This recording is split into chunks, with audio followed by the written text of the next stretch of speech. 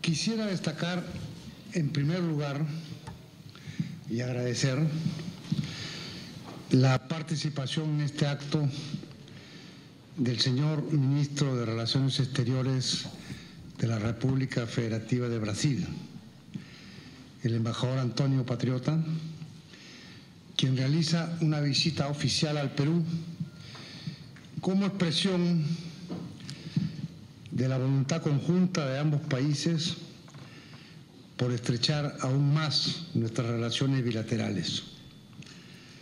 Su participación central en este acto, el hecho de dar la conferencia inaugural de nuestro centro, corresponde a una mirada y a un entendimiento comunes al Brasil y al Perú. Quiero igualmente recalcar y agradecer la asistencia de las muy destacadas personalidades políticas y académicas de nuestro país, así como de los honorables miembros del cuerpo diplomático y representantes de organismos internacionales. Centro de Estudios sobre la Democracia. La democracia es, sin lugar a dudas, el más importante logro y a la vez el mayor desafío político de América del Sur y de América Latina en general. Luego de una larga historia de dictaduras e inestabilidad política, nuestros países han venido tomando el camino de la consolidación democrática y se han convertido en paradigmas del triunfo de la democracia en el mundo. En realidad, nuestros países han recuperado su propio ideal fundacional, que fue un ideal democrático. Pues hay que recordar que las democracias latinoamericanas, aunque precarias, no pueden llamarse jóvenes.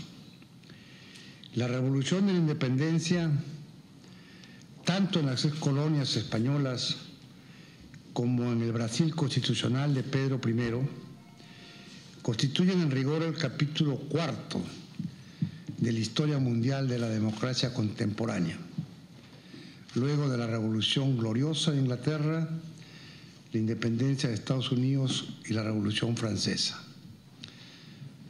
De modo que si la historia de nuestras democracias es una historia accidentada y precaria, ello no se debe a una supuesta juventud, sino a cierta incapacidad crónica para avanzar en la conquista del ideal democrático, que es el ideal de la igualdad y del bienestar en que se sustentan las libertades. Es cierto que en las últimas 3 décadas hemos vivido una ampliación sin precedentes en el número de países democráticos y en la duración de nuestras democracias. En 1978, en América del Sur solo había 2 países con gobiernos democráticamente elegidos, Venezuela y Colombia. El virus que empezó en Brasil en el 54 se había extendido a todos los demás. Esto empezó a cambiar, ha cambiado definitivamente, y en este proceso, Brasil y el Perú, ambos países con una larga historia de vicisitudes políticas, comprendimos la importancia de afrontar el reto de la defensa de la democracia sin tutelajes de ningún tipo. Compartimos esfuerzos a través del Grupo de Río desde los años 80, cuando se trataba de asegurar la democracia en América Central a partir de un compromiso autónomo frente a los centros de poder del mundo bipolar.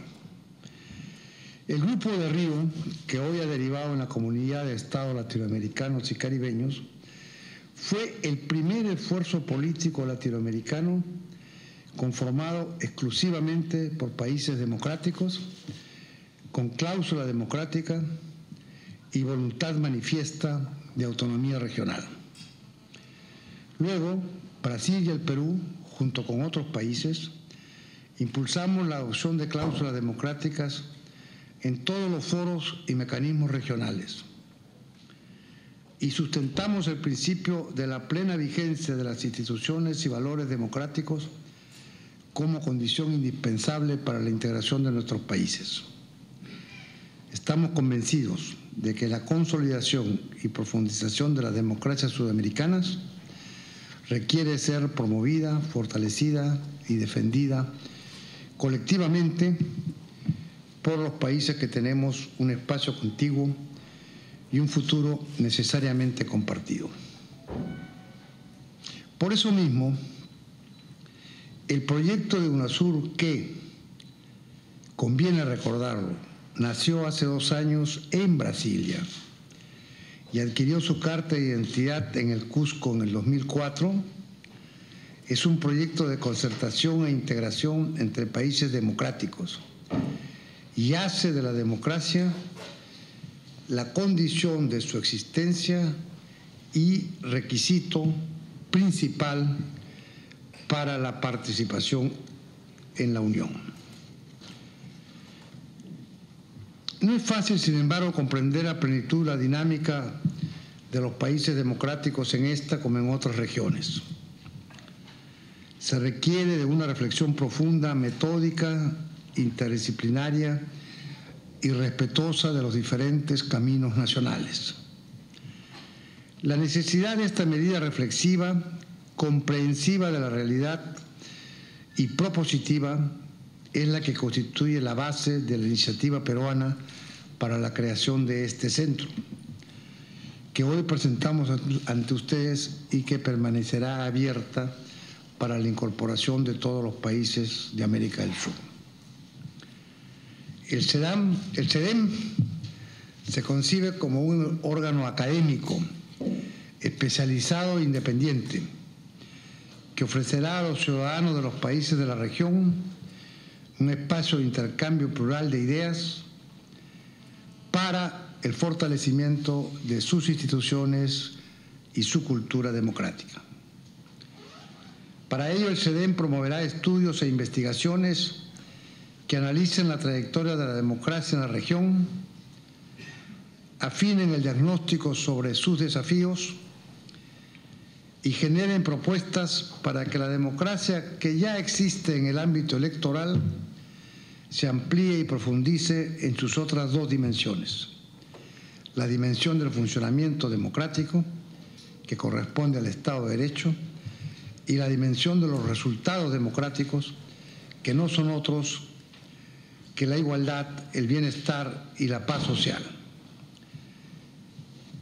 Es bajo este enfoque que se incorpora entre los objetivos del centro la reflexión sobre los conflictos sociales. Desde este abordaje tridimensional, origen democrático, funcionamiento democrático, resultados democráticos, el CEDEM aspira a convertirse en un espacio para la reflexión crítica y constructiva, respetuosa de la diversidad y de las particularidades de nuestras realidades y procesos nacionales. El Centro de Estudios sobre la Democracia, CEDEM, tendrá inicialmente sus oficinas en el local del Centro Cultural Inca Garcilaso, más conocido como Casa Aspíllaga, contiguo al Palacio de Torre Tagle. Desde ahora es también grato comunicarles que la primera o próxima actividad del CEDEM consistirá en un taller prospectivo que reunirá a politólogos sudamericanos de primer nivel, quienes a título personal y de manera independiente realizarán un diagnóstico sobre el estado de la democracia en la región con el propósito de contribuir con propuestas para la agenda y las modalidades de trabajo del centro. Con la venia del canciller patriota, quiero aprovechar esta ocasión para rendir homenaje a un intelectual brasileño y bastante peruano también, que ha servido de inspiración para la creación de este centro de estudios. Estoy hablando de Darcy Ribeiro. En la primera mitad de los años 70, durante su exilio en el Perú, Darcy promovió la creación del Centro de Estudios de Participación Popular para profundizar en la doble dimensión representativa y participativa de la democracia. Este centro sirvió para difundir muchas de las ideas que hoy nos vuelven a convocar. Quisiera referirme en particular al libro de Darcy titulado O Povo Brasileiro, a Formação e o Sentido do Brasil, libro cuya primera versión fue escrita durante su exilio en el Perú, aunque apareció publicado en Sao Paulo recién en 1995.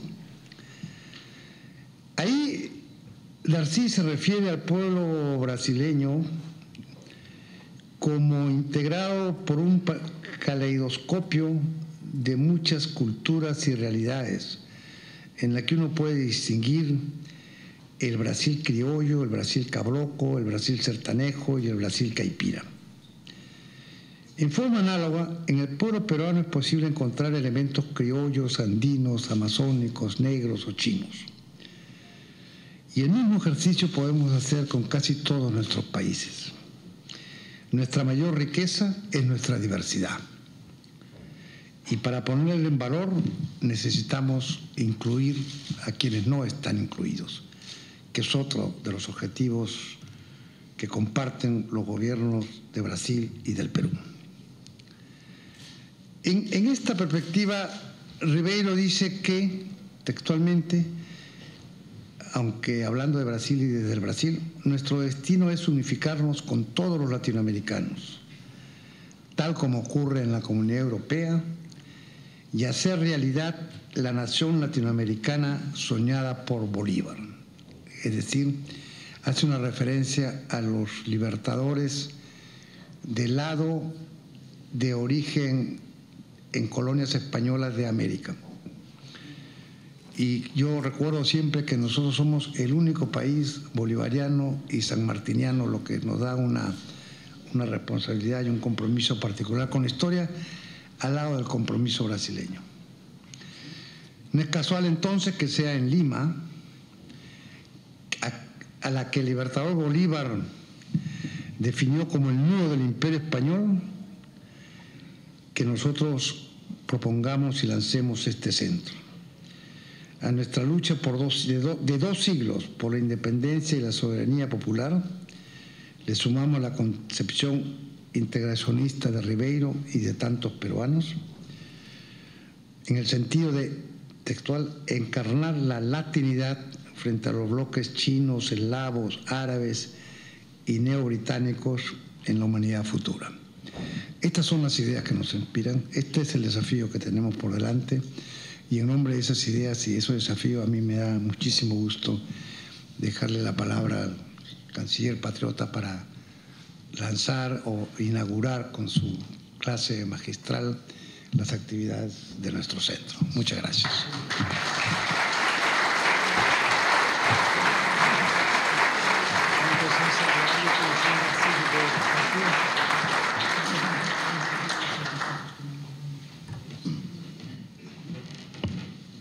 Bueno, estimado ministro Rafael Roncaliolo, señores embajadores, señores profesores, representantes de organismos internacionales, congresistas, señoras y señores, es con particular satisfacción que comparezco al acto de inauguración del Centro de Estudios sobre la Democracia.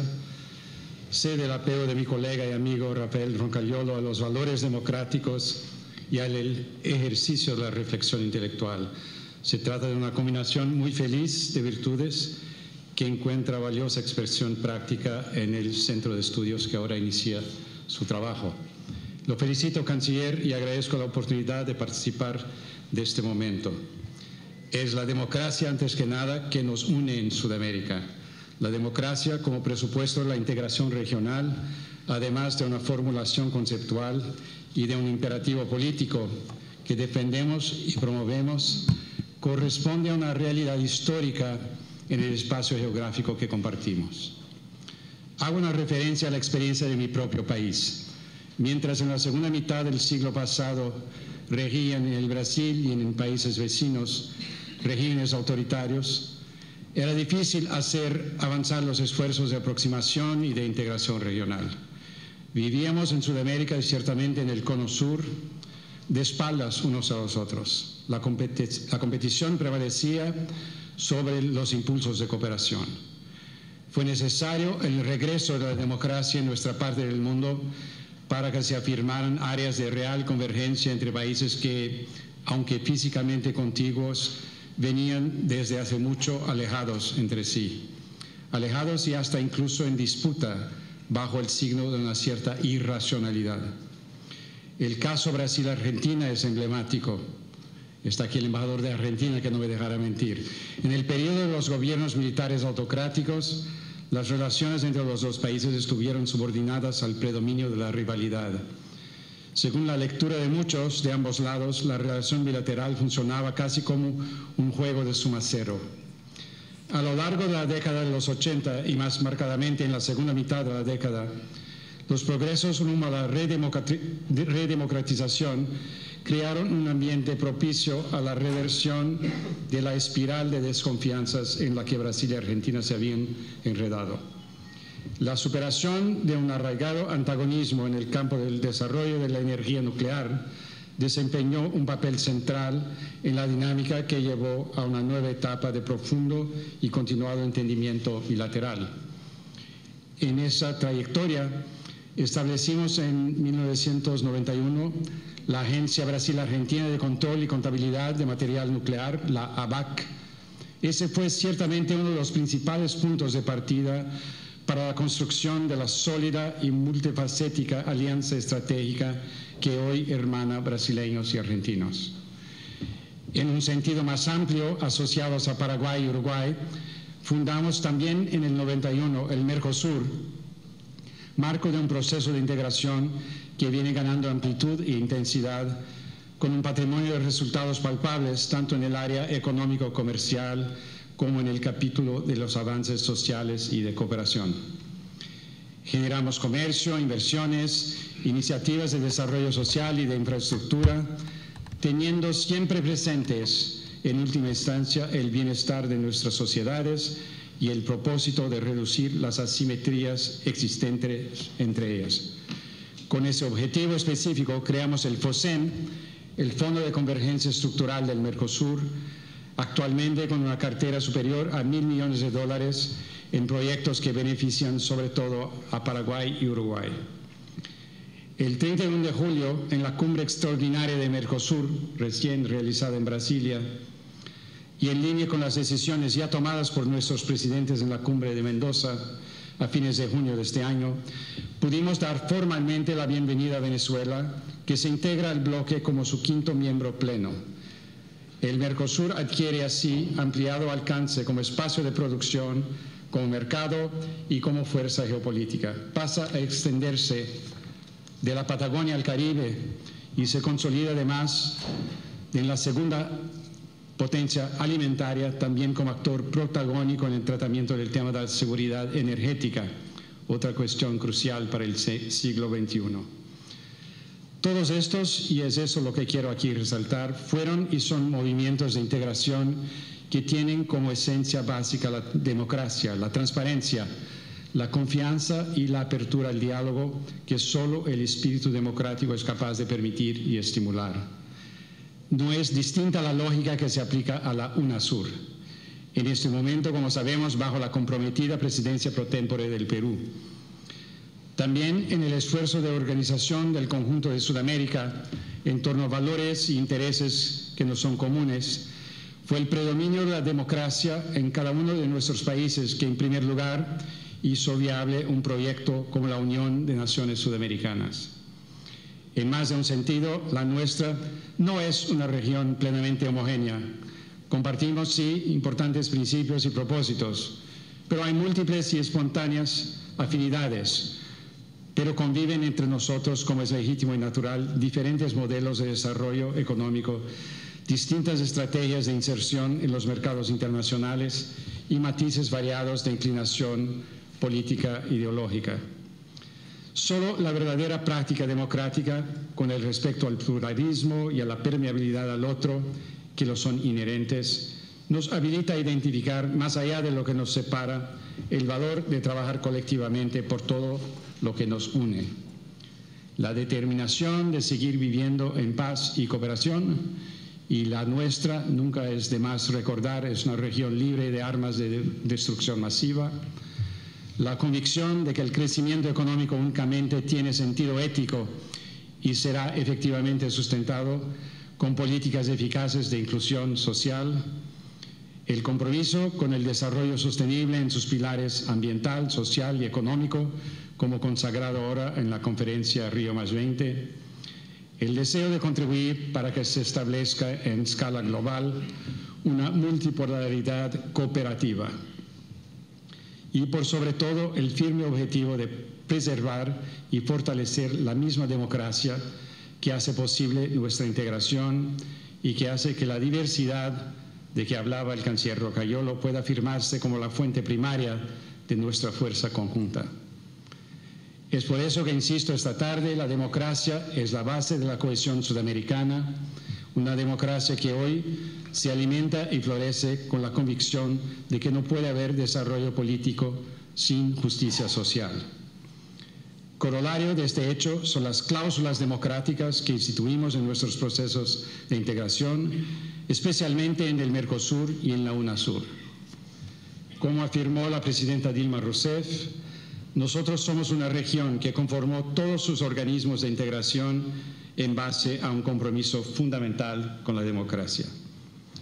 Así sea en las alusiones a la centralidad de la democracia como premisa en los tratados constitutivos de Mercosur y de UNASUR, como en los protocolos específicos que posteriormente integramos a aquellos tratados, nunca hubo lugar a duda. La plena vigencia del orden democrático es condición esencial para la participación de los distintos actores regionales en nuestros ejercicios integracionistas. En la UNASUR creamos incluso un consejo electoral que, mediante el pedido del miembro interesado, se empeñará en concurrir para el éxito de las elecciones que ahí se realicen. Aún antes de la creación del Consejo, ya cooperamos con UNASUR con misiones electorales a Paraguay, a Bolivia y a Guyana. En octubre próximo, ya bajo la égide del Consejo Electoral, deberemos hacerlo en Venezuela. Es muy significativo el hecho de que los gobiernos sudamericanos en su totalidad no muestran ninguna duda cuando se trata de proteger la democracia. Frente a la perspectiva de amenaza de ruptura de la institucionalidad democrática en países miembros, la UNASUR ha sabido responder con la celeridad y la eficacia necesarias, siempre más allá de las tendencias político-ideológicas. Así fue, por ejemplo, en el 2008 en la cuestión de Bolivia y en 2010 en la del Ecuador. Más recientemente, en junio pasado, el Congreso de Paraguay destituyó al presidente democráticamente electo en pocas horas en lo que UNASUR llamó de un rito sumarísimo, expresión utilizada por los presidentes de UNASUR en la decisión que adoptaron en Mendoza, sin garantizarle el amplio derecho de defensa y en flagrante violación del debido proceso. Nuevamente, la UNASUR y el Mercosur reaccionaron rápidamente. Desafortunadamente, en ese tema, aún no se ha dado vuelta a la página. No se verificó hasta este momento un regreso a la plena vigencia de la democracia en Paraguay. De modo que, de conformidad con la decisión de la cumbre en Mendoza el 29 de junio, tanto en la UNASUR como en el Mercosur, el país continuó suspendido de los órganos de los dos bloques. Cuidado importante que venimos teniendo desde el primer momento es el de evitar que se tomen medidas que puedan perjudicar al pueblo paraguayo. Más bien, hacemos hincapié en mantener inalteradas las relaciones económico-comerciales y las iniciativas de cooperación con Paraguay, incluso aquellas al amparo del FOSEM.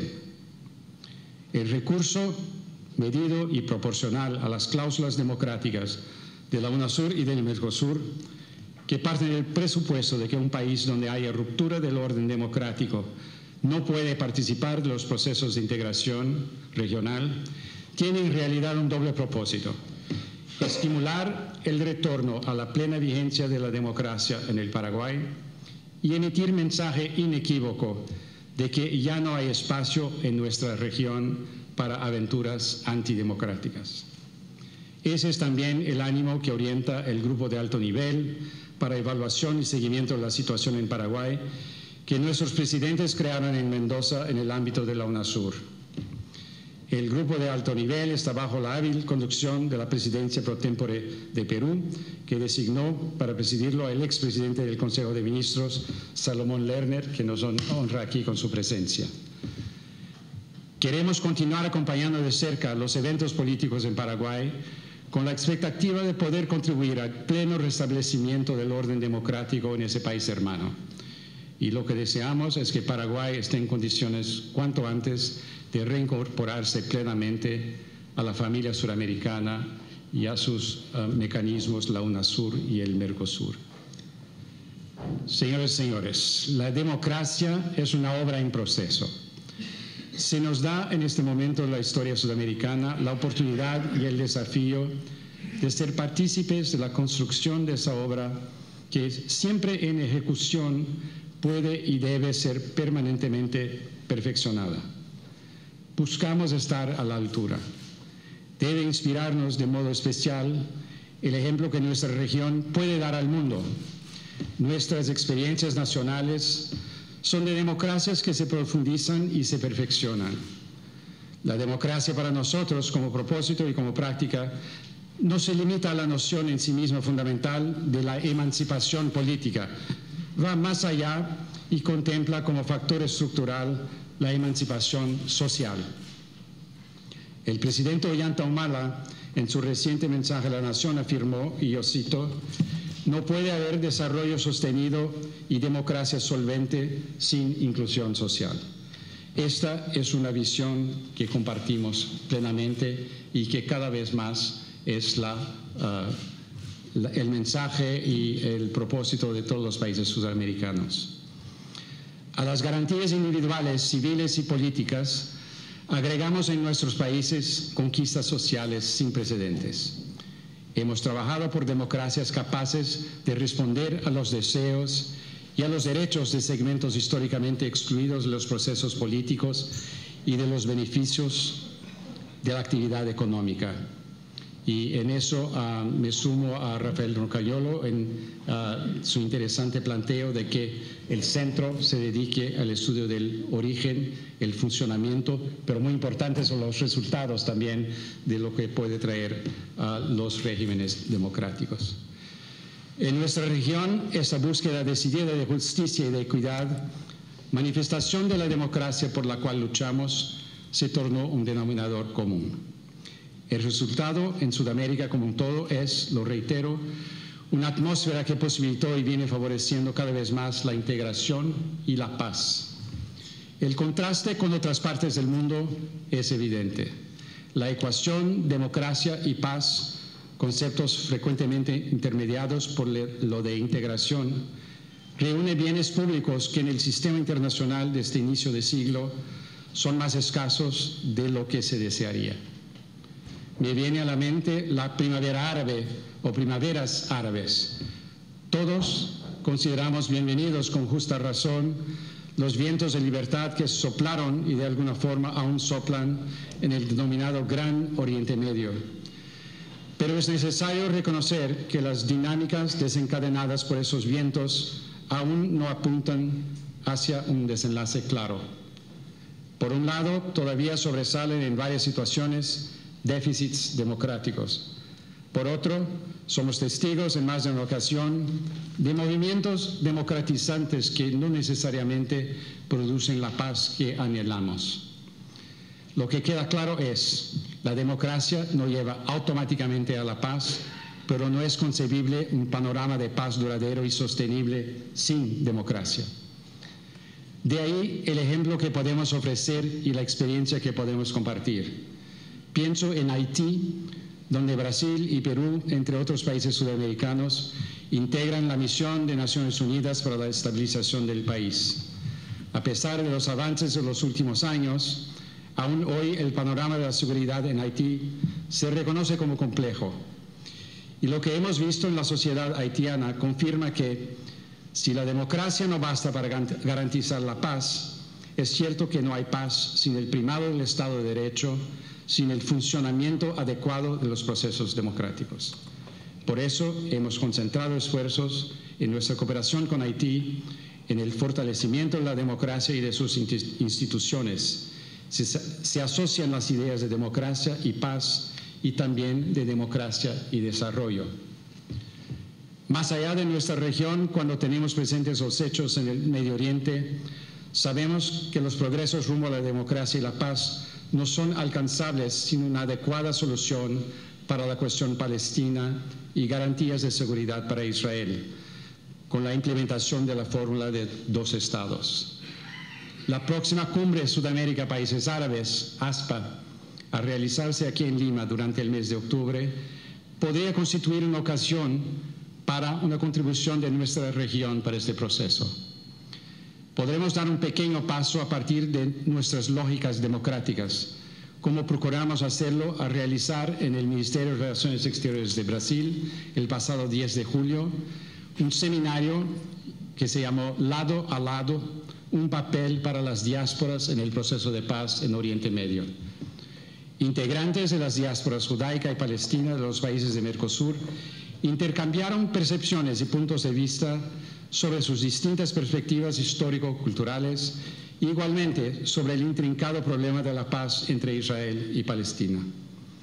Queríamos mostrar, y creo que lo conseguimos, que actores provenientes de campos en que en Oriente Medio parecen condenados al desencuentro son en realidad perfectamente capaces de dialogar y de dialogar constructivamente en otros ámbitos, cuando libres de ataduras ideológicas y de paradigmas preestablecidos. Queríamos mostrar, y creo que lo conseguimos, el poder del diálogo y la fuerza del entendimiento cuando hay empeño real despojado de preconceptos en la búsqueda de convergencias.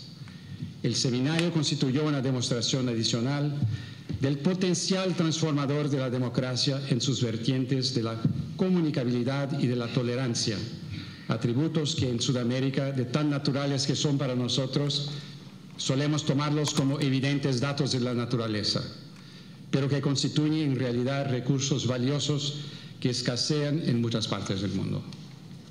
No es por otra razón que estoy cada vez más convencido de que Sudamérica tiene la posibilidad de multiplicar instancias en que su ejemplo como espacio de democracia y paz pueda revelarse útil. Concluyo con esta idea, que nos tornemos a partir de nuestra propia realidad en un vector de democracia y paz para el mundo, a partir de nuestras experiencias domésticas y también de nuestra acción diplomática basada en la valorización y la defensa del multilateralismo. ¿Y por qué el multilateralismo? Porque creo que es en el ámbito multilateral y en el valor que damos al multilateralismo que podemos transferir para el ámbito internacional aquello por qué luchamos en el ámbito doméstico. Es una idea que ha estado presente en varios de los discursos de apertura de la Asamblea General de Naciones Unidas por parte de jefes de Estado brasileños, en particular el presidente Lula y la presidenta Dilma Rousseff, la idea de que el multilateralismo equivale en el plan internacional al que la democracia significa en el interior de cada uno de nuestros países. Necesitamos cada vez más trabajar por mecanismos de gobernanza más multilaterales en su esencia, eso es, más representativos, más legítimos y por lo tanto más eficaces. Y hay que reconocerlo, seguimos con un gran déficit de democracia en los mecanismos multilaterales en que trabajamos hoy y uno de los temas en que tendremos que trabajar en los próximos años es la reforma del Consejo de Seguridad, que sigue representando un mundo anacrónico que fue el de post-Segunda Guerra Mundial. Estaremos trabajando así por el respeto a las soberanías, incluso las de los estados más pequeños. Estaremos trabajando por el primado del derecho por sobre la fuerza, también en las relaciones internacionales, precisamente como hacemos en el seno de nuestras mismas sociedades. Estimado canciller, señoras y señores, estoy seguro de que el Centro de Estudios sobre la Democracia traerá relevantes aportes también en este sentido y reciban mis deseos de pleno éxito a los trabajos del centro. Muchas gracias.